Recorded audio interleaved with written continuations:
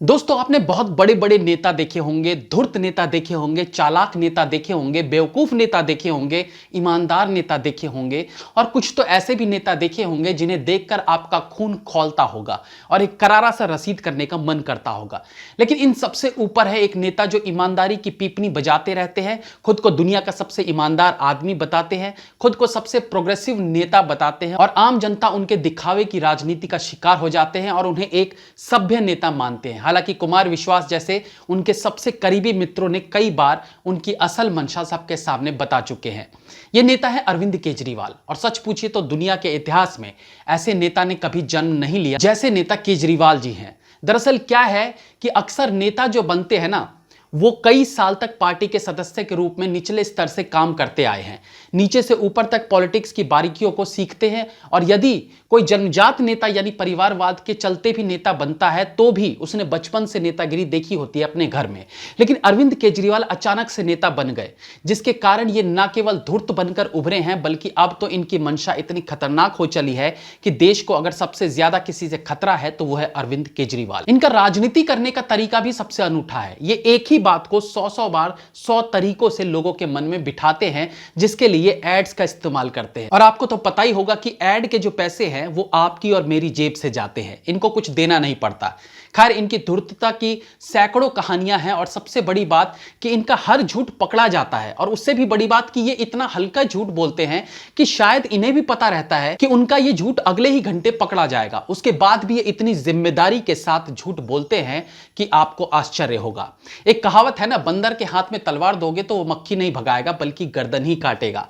वही हाल यहां केजरीवाल जी का भी है। अभी हाल ही में केजरीवाल जी का संसद का द अरविंद केजरीवाल शो सबने देखा और हमने देखा कि कैसे कश्मीरी हिंदुओं का मजाक बनाकर वो ऐसे ठहाके लगा रहे थे और उनकी पार्टी ऐसे ठहाके लगा रही थी जैसे इनके अंदर की इंसानियत पूरी तरह से मर चुकी है। खैर, उस घटना को लेकर केजरीवाल जी की चारों तरफ थू थू होनी शुरू हो गई, जो होना ही था, क्योंकि द कश्मीर फाइल्स फिल्म का बहाव ही इतना तेज था कि इसके विपरीत बहने वाला इसके बहाव के साथ बहता है। अब अपने इस पाप को धोने के लिए अरविंद केजरीवाल पहुंचते हैं टाइम्स नाउ के इंटरव्यू में और अगेन एक धूर्त पॉलिटिशियन की तरह अपना नया पासा फेंकते हैं।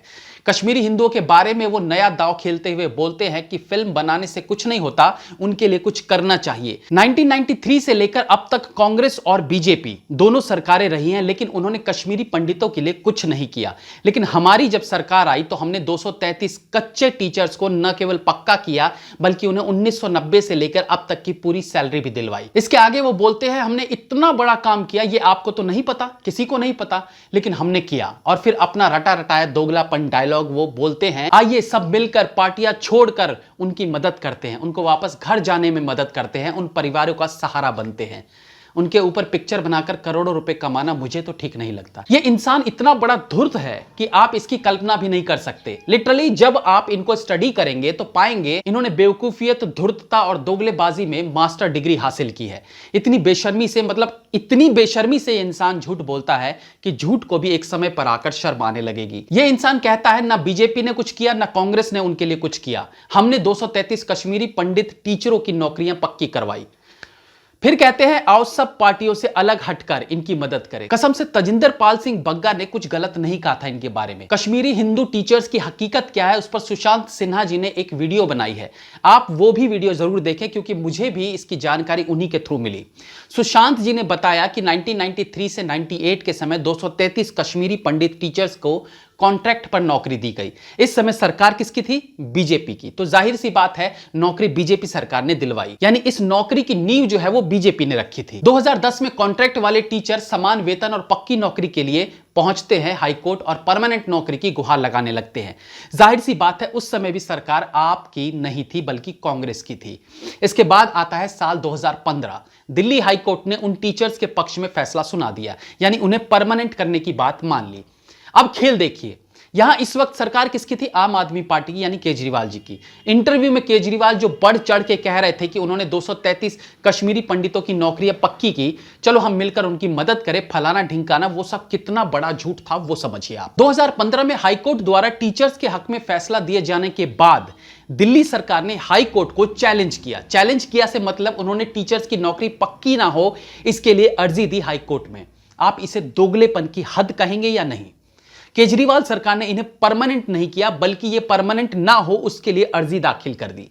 यानी कोर्ट चाहता था कि कश्मीरी टीचर्स परमानेंट हों, लेकिन केजरीवाल जी नहीं चाहते थे। कहानी आगे बढ़ती है और पहुंचती है मई 2018 में, जहां एक बार फिर हाई कोर्ट का फैसला आया कि इन कश्मीरी पंडितों की नौकरी पक्की की जाए। केजरीवाल के चैलेंज को नहीं माना कोर्ट ने और आदेश दिया कि नौकरी पक्की की जाए। इंटरव्यू में खुद को कश्मीरी हिंदुओं का मसीहा बताने वाले केजरीवाल ने 2018 के अक्टूबर में एक बार फिर हाई कोर्ट के डबल बेंच के आदेश के बाद ये पहुंच जाते हैं सुप्रीम कोर्ट। क्यों गए supreme court?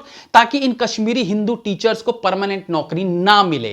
Can you imagine एक इंसान किस हद तक नीचे गिर सकता है? जो खुद को उनका रहनुमा बता रहा था, उसने उन्हें नौकरी देना और परमानेंट करना तो दूर की बात है, वो परमानेंट ना हो उसके लिए हाई कोर्ट से लेकर सुप्रीम कोर्ट तक पहुंचते हैं। सोचिए इस इंसान की धूर्तता। इसके बाद सुप्रीम कोर्ट ने भी केजरीवाल सरकार की याचिका रद्द कर दी। तब जाकर मजबूरीवश केजरीवाल सरकार को मन मारकर उनकी नौकरियां पक्की करनी पड़ी और यह धूर्त इंसान ऑन कैमरा कह रहा था कि हमने उन्हें नौकरियां दी, उन्हें परमानेंट किया, जबकि इसका ठीक उल्टा किया था आम आदमी पार्टी ने। अब आप सोचिए इस इंसान की मानसिकता किस हद तक नीचे जा चुकी है। झूठ तो ये ऐसे बोलते हैं और इतने कॉन्फिडेंस के साथ बोलते हैं जैसे लगता है सुनने वाला तो वो है।